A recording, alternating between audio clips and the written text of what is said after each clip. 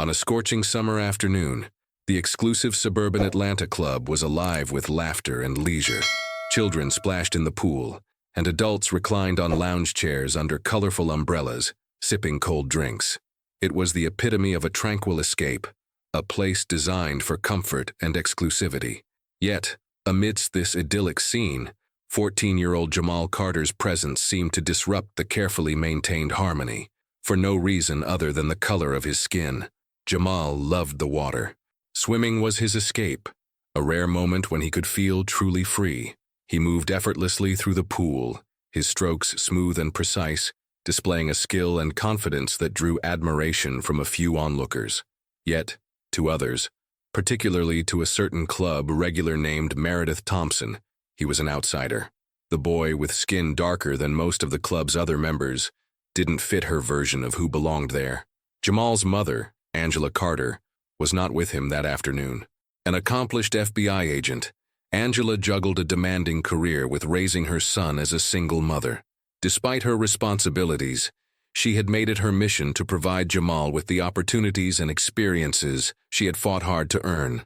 The club membership was one such effort, a safe space where Jamal could enjoy himself, build friendships, and hone his swimming skills.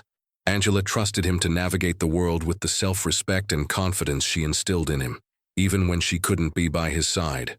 On the other side of the pool deck, Meredith Thompson observed Jamal with a critical eye.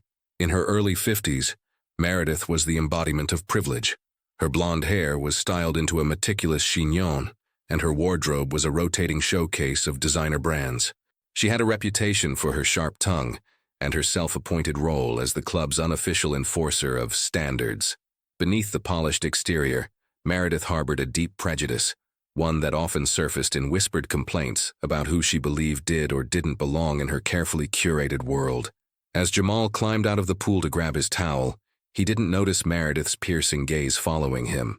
She watched as he chatted easily with another boy, his laugh ringing out in the humid air. Something about his presence grated on her. Determined to act, she adjusted her sun hat and approached him with long, deliberate strides. "What are you doing here?" Meredith asked, her voice clipped and her smile tight. Jamal turned, surprised by the question. "I'm swimming," he replied simply, his tone polite yet firm. Meredith tilted her head, scrutinizing him as if his answer were insufficient. "Are you a member of this club? You don't look familiar. Where are your parents? We can't just have anyone coming in off the street." Jamal's heart sank, though he maintained his composure. He had heard this tone before, thinly veiled hostility masquerading as concern. Taking a deep breath, he answered, "My mom is a member. She's at work, but she let me come today." Meredith arched an eyebrow, unimpressed. "Well, unless she's here to confirm that, I think you should leave. This is private property." At that moment, the club manager, David Parker, approached.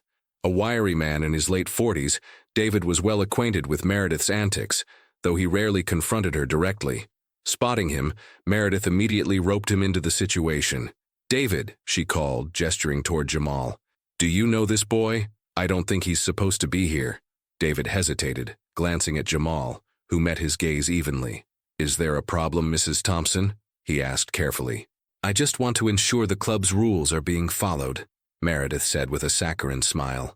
"I mean, safety is important, isn't it?" Before David could respond, Jamal pulled out his phone. He dialed his mother's number, feeling a mix of frustration and relief. Angela answered on the first ring. "What's wrong, sweetheart?" she asked, her voice calm but alert. Jamal explained the situation quickly. Angela's response was immediate. "I'll be there in 15 minutes, she said firmly. "Don't let anyone intimidate you." Jamal ended the call and looked back at Meredith, who was now whispering something to David. Around them, a small crowd had gathered, their murmurs creating a tense undercurrent. Some of the other members offered Jamal sympathetic looks, but no one stepped forward to intervene. When Angela arrived, the atmosphere shifted. Dressed in a sharp navy suit, her FBI badge clipped to her belt, she walked onto the pool deck with the confident stride of someone accustomed to commanding respect.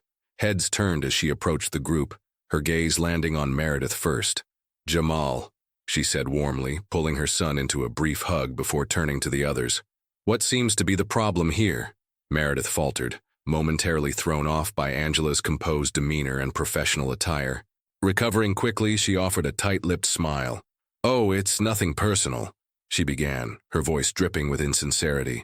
"I was just concerned about club rules. You understand. It's about ensuring everyone's safety." Angela didn't flinch. "Safety?" she repeated, her tone calm but firm. "Tell me, Mrs. Thompson, what exactly made my son a safety concern?" Meredith opened her mouth to respond, but Angela continued, her voice carrying the weight of authority. "Because from where I stand, the only thing that seems to set him apart is the color of his skin. And let me assure you, any behavior that singles him out for that reason will not be tolerated." The silence that followed was deafening. Meredith's cheeks flushed red as she glanced around, realizing that the onlookers were no longer neutral. Angela's commanding presence had shifted the dynamic entirely, and Meredith's usual tactics were falling flat. Angela's words hung in the air, her calm but commanding tone a stark contrast to Meredith's flustered demeanor. The pool deck was silent, save for the distant splashes of water as children continued to play, oblivious to the tension. Jamal stood beside his mother, drawing strength from her presence.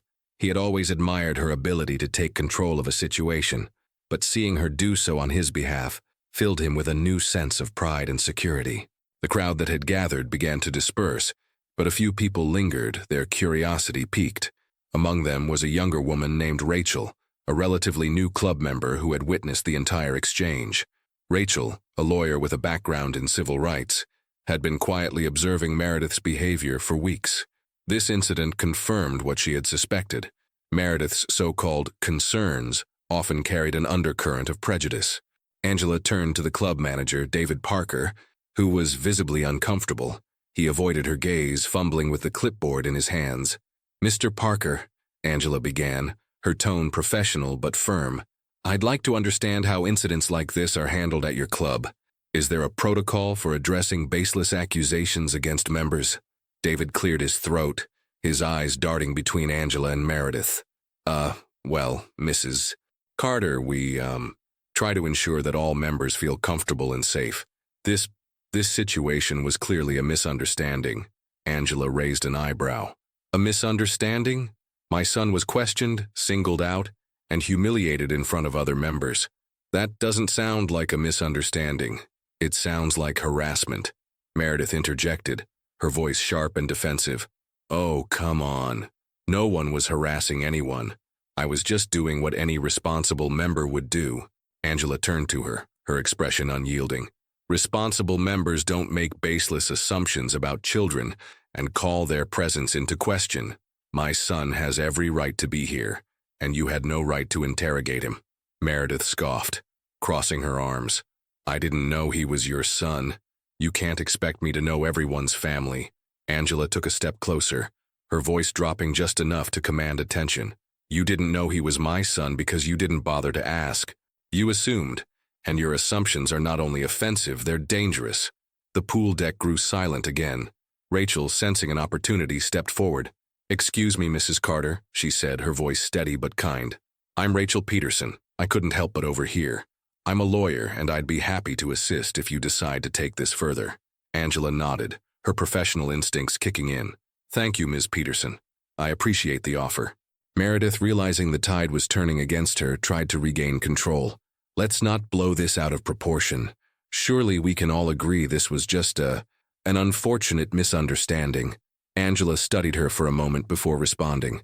"The only way to ensure it doesn't happen again is to address it for what it is: discrimination." As the tension began to dissipate, Jamal tugged at his mother's sleeve. "Can we go now, Mom?" Angela smiled down at him. "Of course, sweetheart. Let's go." Later that evening, Angela sat in her home office reviewing case files. The events of the day replayed in her mind, each detail fueling her resolve. Angela had worked hard to get where she was, rising through the ranks of the FBI despite the barriers placed before her as a black woman in law enforcement. She knew firsthand the weight of prejudice, both overt and subtle, and she was determined to shield her son from as much of it as possible. Her journey had not been easy. She had grown up in a small town in Alabama, where opportunities were scarce, and racism was deeply entrenched. Her decision to join the FBI was driven by a desire to challenge the systems that had oppressed her community for generations. Now, as one of the agency's most respected agents, She used her position to fight for justice, not just in her cases, but in her personal life as well. Meanwhile, at her home, Meredith paced her spacious living room, her hands trembling with frustration. She felt blindsided by the confrontation. For years, she had operated under the belief that her actions were justified, even necessary. But now, she was being challenged in a way that left her feeling exposed. Unbeknownst to Meredith, her behavior had already been documented by others at the club.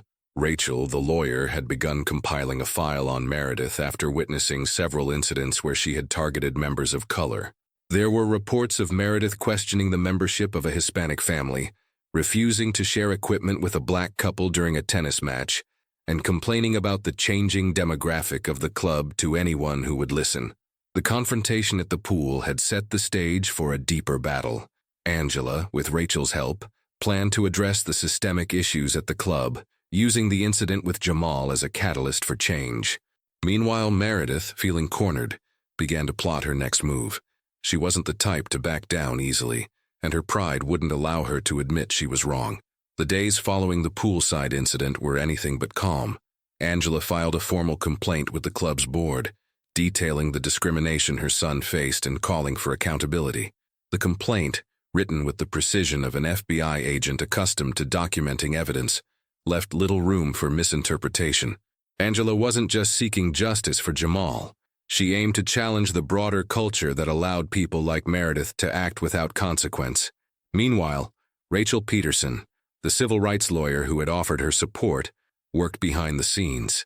She began reaching out to other club members, particularly those who had been on the receiving end of Meredith's discriminatory behavior. Rachel's investigation uncovered a troubling pattern. Over the years, Meredith had repeatedly targeted people of color under the guise of enforcing club rules, yet no significant action had ever been taken against her. Rachel and Angela met for coffee one afternoon to discuss their next steps. "We need to push for a thorough investigation," Rachel said, sliding a folder across the table. Inside were statements from other members who had experienced Meredith's behavior. "This isn't just about her. It's about the environment the board has allowed to fester." Angela flipped through the documents, her jaw tightening as she read each account. "This isn't negligence. It's complicity," she said. "They've been protecting her." Rachel nodded. "It's not uncommon in places like this. People like Meredith make noise, and instead of addressing the root of the problem, boards sweep it under the rug to avoid conflict." Angela's mind raced. She had dealt with systemic issues her entire career, but seeing her son directly affected made this fight personal. "We'll make them listen," she said firmly. "No more sweeping this under the rug." Meredith, on the other hand, was determined to protect her reputation. She began rallying her own allies, club members who shared her views, or were too apathetic to challenge her. Over the years, she had cultivated relationships with influential board members, ensuring her voice carried weight. She painted Angela's complaint as an overreaction and accused Rachel of trying to stir up unnecessary drama. "She's trying to make this a race issue," Meredith said during a private meeting with the club president, Charles Whitmore. "I was just following protocol. We can't let outsiders dictate how we run this place." Charles, a man in his late 60s with a deep sense of loyalty to long-standing members like Meredith, hesitated. While he wasn't as openly prejudiced as Meredith, he valued the club's image above all else, and dreaded the negative attention the situation could bring. "We'll handle this internally, Meredith," he assured her. "We don't want this to become a spectacle." Satisfied, Meredith left the meeting feeling emboldened. She believed that Angela and Rachel's efforts would amount to nothing against her entrenched influence. The next club meeting was packed. Word of the incident had spread, and members were eager to hear how the board planned to address the situation. Angela and Rachel sat near the front, while Meredith positioned herself with her allies near the back. Charles Whitmore opened the meeting with his usual platitudes about the club's commitment to community and respect, but Angela wasn't here for empty words. When the floor opened for discussion, Angela stood. The room quieted as she addressed the board. "My son was singled out and harassed because of the color of his skin," she began, her voice steady but powerful. "This is not an isolated incident. It's part of a larger pattern of behavior that this club has allowed to persist. I have documented evidence and witness statements that prove this." She placed a stack of papers on the table in front of the board. If the board chooses to ignore this, it sends a clear message that discrimination is not only tolerated here but protected. Meredith bristled, whispering furiously to the woman next to her, but Angela continued undeterred. My son deserves better. Every member of this club deserves better. This is an opportunity for you to prove that this place values integrity over favoritism. The room erupted into murmurs. Charles raised his hand to quiet the crowd. Thank you, Mrs. Carter, he said. The board will review this matter thoroughly. Rachel leaned over and whispered to Angela. They're stalling. They're hoping the pressure dies down. Angela nodded, her gaze locked on Charles. We won't let it, she whispered back. The next day, an unexpected twist shook the club. A local journalist, tipped off by one of Rachel's contacts, published an article exposing the club's history of discriminatory practices, with Meredith's actions at the center. The article included interviews with members who had been targeted, as well as a statement from Angela calling for systemic change. The fallout was immediate. Social media lit up with calls for accountability, and the club found itself under intense public scrutiny. Members began to question their association with the club, and a few even canceled their memberships in protest. Meredith, meanwhile, was livid. She felt betrayed by the board's inability to shield her, and became increasingly erratic in her attempts to defend herself. Her once unshakable influence was beginning to crumble. Angela, for her part, remained focused. She used the media attention to amplify her message, emphasizing the need for transparency and reform within the club. With Rachel's help, she drafted a formal proposal for new anti-discrimination policies and mandatory diversity training for all members and staff. As the public scrutiny intensified, the fallout at the club revealed cracks in relationships and loyalties among its members. Those who had previously turned a blind eye to Meredith's behavior began distancing themselves, while others doubled down on defending her. Angela's fight for justice became the catalyst for a broader conversation about privilege and accountability within the community. For Rachel, the case had become more than just a professional challenge. It was personal. She had joined the club hoping it would be a safe and inclusive space for her family, but witnessing Meredith's unchecked prejudice had been a rude awakening. Rachel's husband, Marcus, had urged caution when she first allied with Angela. Are you sure you want to do this? Marcus asked one evening as Rachel worked late in their home office. People like Meredith don't back down easily, and you know how these institutions protect their own. Rachel sighed, leaning back in her chair. That's exactly why I can't stay silent. If I let this slide, what's to stop it from happening to someone else? What's to stop it from happening to our kids? Her resolve deepened as she thought about her young daughters, who would one day inherit a world shaped by the actions or inaction of those before them. Meanwhile, Meredith's desperation began to show in increasingly erratic behavior. The article had not only tarnished her reputation but also brought unwelcome attention to her family. Her adult son, Trevor, who had distanced himself from her years ago due to her controlling nature, sent her a terse message. Mom, maybe it's time to take a hard look at yourself. This isn't the first time your behavior has caused problems. The words stung more than Meredith cared to admit.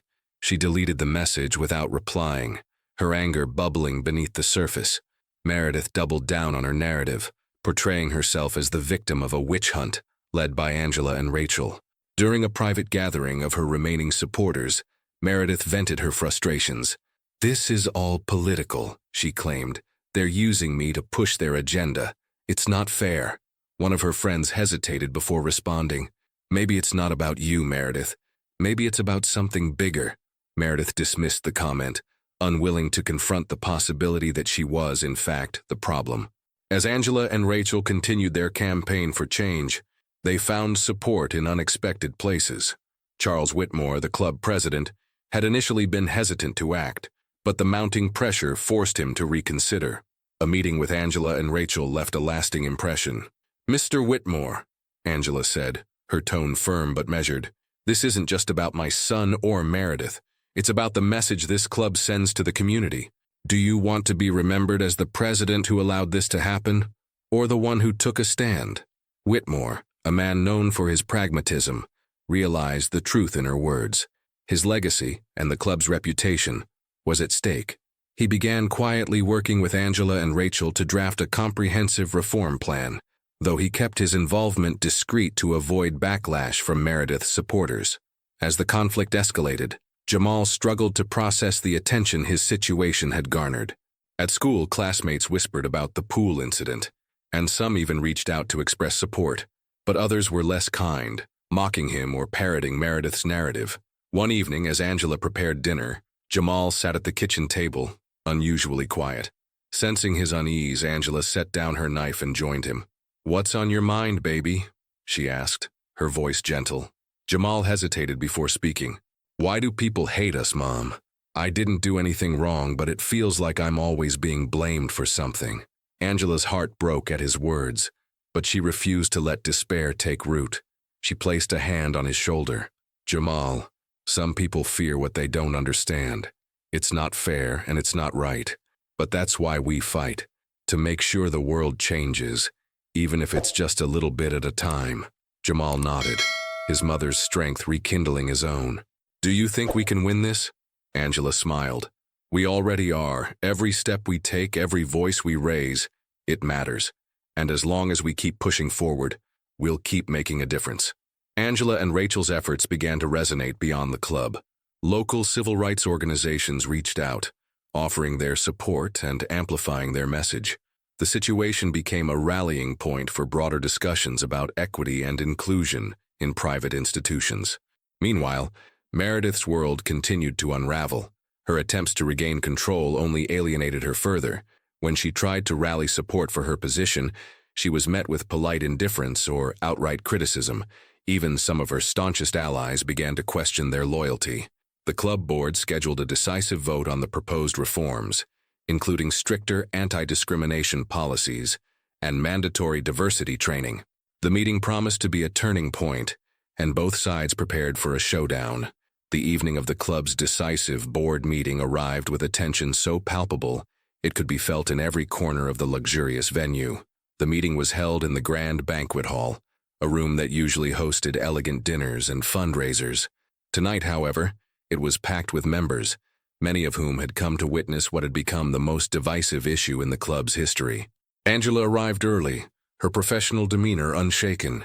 Jamal was at home doing homework under the watchful eye of a trusted neighbor, but Angela carried him in her thoughts. This wasn't just about Jamal. It was about ensuring that no one else endured what he had. Rachel was already inside, seated at a table near the front. She gestured for Angela to join her, a stack of documents neatly organized before her. The two women exchanged nods, their silent camaraderie speaking volumes. Nearby, Meredith sat with her dwindling circle of allies, her face a mask of defiance. Though her confidence had wavered in recent days, she wasn't ready to concede defeat. At precisely 7:00 p.m., Charles Whitmore called the meeting to order. His voice, usually calm and measured, carried an uncharacteristic tension. "Thank you all for coming," he began, glancing around the room. "We're here to address recent events that have raised important questions about the values and policies of our club." When the floor opened for statements, Angela was the first to rise. She walked to the podium with measured steps, her presence commanding attention. The room fell silent as she began to speak. "Good evening," she said, her voice steady. "I'm here tonight not just as a member of this club, but as a mother and an advocate for justice. My son Jamal was targeted in an incident that highlighted the need for change, not just here, but in our community as a whole." Angela recounted the events of that day, her words concise but powerful. She emphasized the systemic nature of the problem, presenting the evidence Rachel had helped compile. Each statement, each documented incident, painted a damning picture of the club's failure to address discrimination. "This isn't just about my son," Angela concluded, her gaze sweeping the room. "It's about ensuring that every member, regardless of their background, feels welcome and valued. And it's about holding ourselves accountable for creating the inclusive environment we claim to represent." Her words were met with a mixture of applause and murmurs. Meredith shifted uncomfortably in her seat, her composure cracking under the weight of the evidence presented. When Meredith's turn came, she approached the podium with forced confidence. She plastered on a smile, but her eyes betrayed her nerves. "This situation has been blown out of proportion," she began, her tone defensive. "I was simply trying to follow club rules and ensure everyone's safety. I meant no harm." Her argument quickly unraveled as she stumbled over her words, attempting to frame herself as the victim of an unfair campaign. The crowd, once polite, began to stir. A few members whispered among themselves while others shook their heads in disapproval.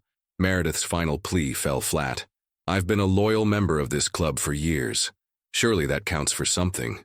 As the discussion drew to a close, Charles Whitmore stood once more. "Thank you to everyone who has spoken tonight. It's clear that this is an issue that requires serious consideration. We will now vote on the proposed reforms."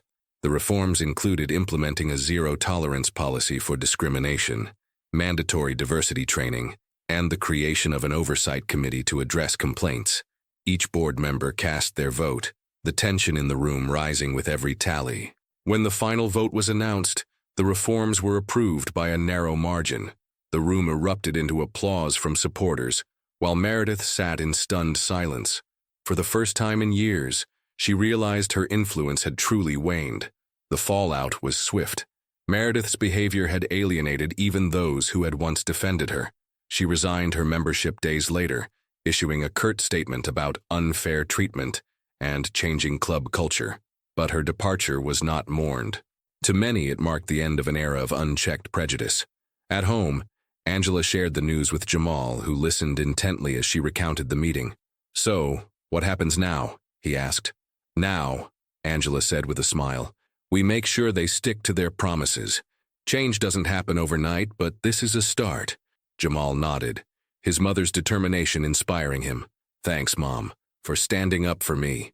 Angela hugged him tightly. "Always, sweetheart. Always." The reforms passed by the club board were only the beginning. While many members supported the changes, others resisted, fearing that the new policies signified a loss of the club's character. Angela and Rachel anticipated this backlash, knowing that true change would require more than policies on paper. They doubled down on their efforts to ensure the reforms were implemented effectively. The first major test of the new rules came sooner than expected. At a club-sponsored event celebrating its history, Meredith's lingering allies made subtle but pointed comments aimed at undermining the new direction. One older member, a longtime friend of Meredith, made a snide remark during a toast. "Well, I suppose we're all supposed to feel enlightened now," he said, raising his glass with a smirk, "though some of us preferred the way things were." Angela, standing nearby with Rachel, exchanged a glance. Rachel leaned in and whispered, "Do we address it or let it slide?" "We address it," Angela said firmly. She stepped forward, her calm presence immediately drawing attention. "I'd like to respond to that," Angela began, her voice clear. "Change is never easy, especially when it challenges deeply ingrained habits and beliefs. But clinging to the past doesn't preserve tradition. It prevents progress. We're not here to erase history. We're here to create a future where everyone feels they belong." The room was silent for a moment before applause broke out, louder and more enthusiastic than Angela had anticipated. The moment underscored the shifting tides within the club. Even those who had been hesitant to embrace the reforms began to realize that the new policies reflected not just fairness but strength. Meredith, though no longer a member, wasn't finished. Fueled by resentment, she filed a lawsuit against the club, claiming her resignation had been coerced and that the reforms constituted discrimination against long-term members like herself. The lawsuit made headlines, reigniting the controversy. Angela, Rachel, and the club's leadership were prepared. Rachel's legal expertise proved invaluable, and she swiftly dismantled Meredith's claims. In court, Angela provided a powerful testimony, recounting the initial incident with Jamal and framing it within the broader context of systemic discrimination. The judge dismissed Meredith's lawsuit, citing a lack of evidence and recognizing the club's right to enforce anti-discrimination policies. The ruling was a decisive victory, not just for Angela and Rachel, but for the club as a whole. In the weeks that followed, the atmosphere at the club began to transform. The new policies were met with varying degrees of acceptance, but the change was undeniable. Members of color felt more comfortable participating in events, and the Oversight Committee provided a platform for addressing concerns constructively. Angela and Jamal returned to the pool one sunny afternoon, enjoying the sense of normalcy that had once been overshadowed by conflict. Jamal swam with his usual energy, his confidence restored. Angela watched from a lounge chair, feeling a rare sense of peace. Rachel joined her, carrying 2 glasses of iced tea. "You've done something incredible here," Rachel said, handing Angela a glass. Angela smiled. "We did it together, and it's just the beginning." Rachel nodded. "True, but it's a hell of a beginning." Months later, the club hosted its first diversity celebration, an event that brought together members from all walks of life. Angela was asked to give the keynote speech. Standing at the podium, she looked out at the crowd and felt a surge of pride. Jamal stood near the front, beaming at his mother. "Progress is never easy," Angela said, her voice filled with emotion. "But when we stand together, when we challenge what's wrong and fight for what's right, we can create something better, for ourselves, for our children, and for the future." The applause was thunderous, a testament to the journey the club had undertaken. Angela stepped off the stage, joining Jamal and Rachel. As they walked together, the sense of triumph was palpable. This story is a reminder of the power of resilience and the importance of standing against discrimination in all its forms. Change begins with action, no matter how small. Let this serve as inspiration to challenge injustices wherever they arise and to support those who fight for a more equitable world.